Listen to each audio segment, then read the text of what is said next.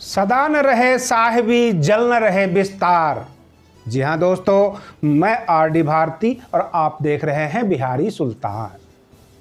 अगर आप हमारे चैनल पर नए हैं तो चैनल को सब्सक्राइब कीजिए, वीडियो अच्छा लगे तो लाइक कीजिए, शेयर कीजिए।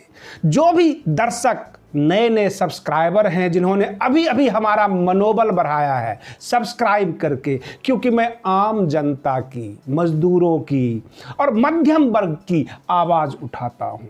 आपकी जो ज़रूरत होती है, ज़रूरी मुद्दे को छूता हूँ।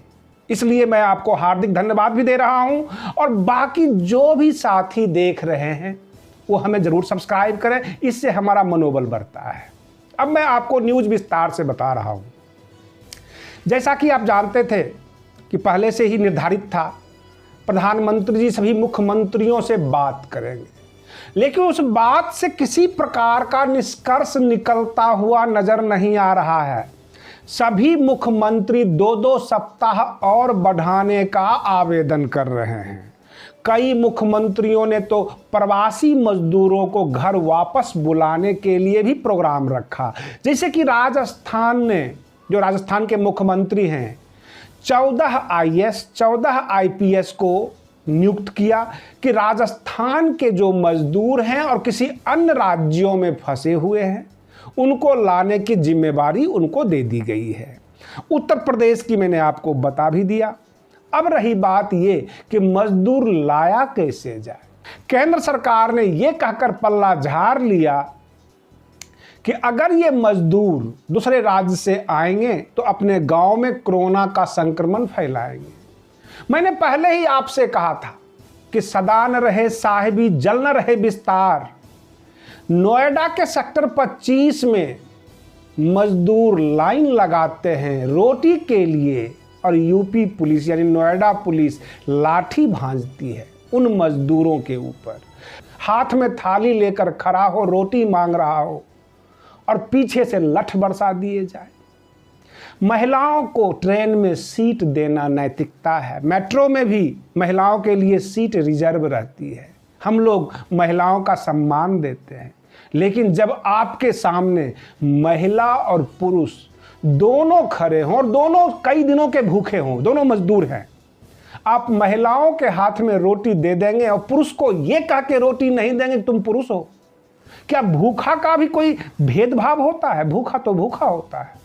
सरकार ये कर रही है और इसलिए कई मजदूरों ने बद्दुआ दे डाली कि अब तुम प्रधान नहीं रहोगे, बहुत तुमने कहर बरसा लिया। ये मैं आपको रियल घटना बता रहा हूं। बिहार सरकार, नीतीश कुमार जी लॉकडाउन कानून के ऊपर खूब अपने आप को बचा रहे हैं और बचा ही नहीं रहे हैं, SC ST OBC को चिढ़ा भी रहे हैं। उन्होंने कृषि पदाधिकारी मनोज कुमार जो अररिया के थे, उन्होंने गणेश तांती को सड़क पर उठक बैठक करवाया था और उसको उन्होंने पदोन्नत कर दिया, यानी प्रमोट कर दिया। जब कृषि पदाधिकारी थे वो अब बन गए उप निदेशक। ये जो है नीचे के तबके यानी SC ST OBC जो आखिरी पायदान पे हैं, इनको चिढ़ाना नहीं तो और क्या हुआ। बाकी राज्य कोशिश कर रहा है अपने मजदूरों को लाने के लिए, छात्रों को लाने के लिए। नीतीश कुमार जी कानून का हवाला देके बच जाते हैं। आखिर ये चाहते क्या है? पूरे बिहार का मजदूर, किसान, जो भी है, छोटा तबका है, वो सब के सब समाप्त हो जाए, सब मर जाए। आज हमें ये बोलना पड़ रहा है। बिहार सरकार ने किसी प्रकार का कोई एफर्ट नहीं किया इस लॉकडाउन पर। 3 मई को लॉकडाउन की लास्ट अवधि है और आप सुन लेंगे कि फिर जो है सारी राज्य सरकार अपना अपना आवेदन देगी। ये रोटी देंगे या नहीं देंगे, सुविधाएं देंगे या नहीं देंगे, लेकिन 2 सप्ताह बढ़ाने का आवेदन ये जरूर दे देंगे।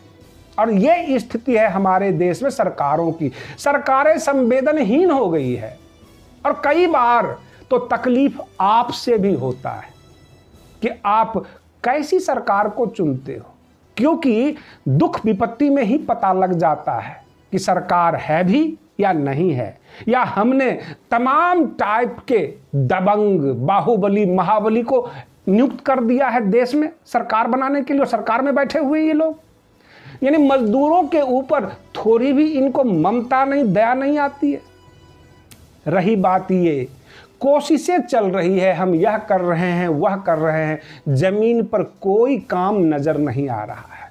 देश में 14 करोड़ लोग बेरोजगार हो गए। आपको मैं लेटेस्ट आंकड़ा दे रहा हूं।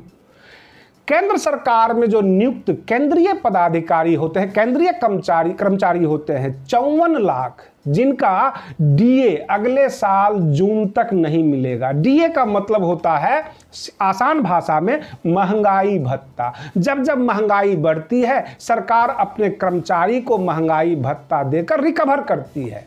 महंगाई भत्ता नहीं मिलेगा। लेकिन north Avenue, south Avenue, parliament, सबकी रंग रोगन तो चलता रहेगा। वहां पर सजावट की सामान आएगी। नेताओं की जो वेतन है, जो सैलरी है, उसमें कोई कमी नहीं होगी। जो उनके आराम की सारी चीजें हो, लग्जरियस, उसमें कोई कमी नहीं होगी। बाबा साहेब भीमराव अंबेडकर जी ने कहा था कि हमारे देश के नेताओं को पारितोषिक मिलना चाहिए, पारिश्रमिक नहीं। ये कब संविधान में पारिश्रमिक घुसा दिया गया कि नेताओं को वेतन और भत्ता मिलेगा? किसने घुसाया, ये समझ में नहीं आया। क्योंकि जब देश का लोकतंत्र बना था, उस वक्त यह कहा गया था कि नेताजी अच्छा काम करेंगे तो उनको पारितोषिक दिया जाएगा, इनाम दिया जाएगा, अवार्ड दिया जाएगा। लेकिन ये तो तनख्वाह लेना शुरू कर दिए। अपनी तनख्वाह पर किसी ने कोई राय नहीं दी। अगर साल 2 साल ये सांसद, ये विधायक, ये मंत्री बगैर तनख्वाह का, बगैर वेतन का काम कर ले तो क्या चला जाएगा इनका? बहुत सारे लूट रखे हैं इन्होंने, ये देखने को मिला है। देश में भ्रष्टाचार, बहुत तरह की समस्याएं। अब जाके सीबीआई ने रिपोर्ट दी है यस बैंक के घोटालेबाज बधावन को। कई मामले सामने आ रहे हैं। देश की आम जनता त्रस्त है। जो आप सुन रहे होंगे न्यूज में कि कुछ दुकानें खोली गई, कभी आप उन दुकानों की शक्ल देखिए। दुकान में न सामान है और न बाहर कोई खरीदार खड़ा है। ये बाजार जो है कितना रौनक होगा, कितना चलेगा, ये तो लॉकडाउन खुलने के बाद ही पता लगेगा। और जो इनका मीटिंग, जो इनका कार्यक्रम देखता हूं, यही लगता है कि लॉकडाउन खुलेगा भी या नहीं खुलेगा। तरह तरह के रिपोर्ट आ रहे हैं। कंफर्म ऑफिशियल रिपोर्ट नहीं आया था न्यूज बनाने तक, इसलिए हमने आपको लॉकडाउन खुलेगा या नहीं खुलेगा क्लियर रिपोर्ट आपको नहीं दे पाया। आप बने रहिए बिहारी सुल्तान चैनल के साथ। हम आपके लिए बिल्कुल सच्ची खबरें लेकर आते रहेंगे। तब तक के लिए धन्यवाद। जय भीम, जय भारत।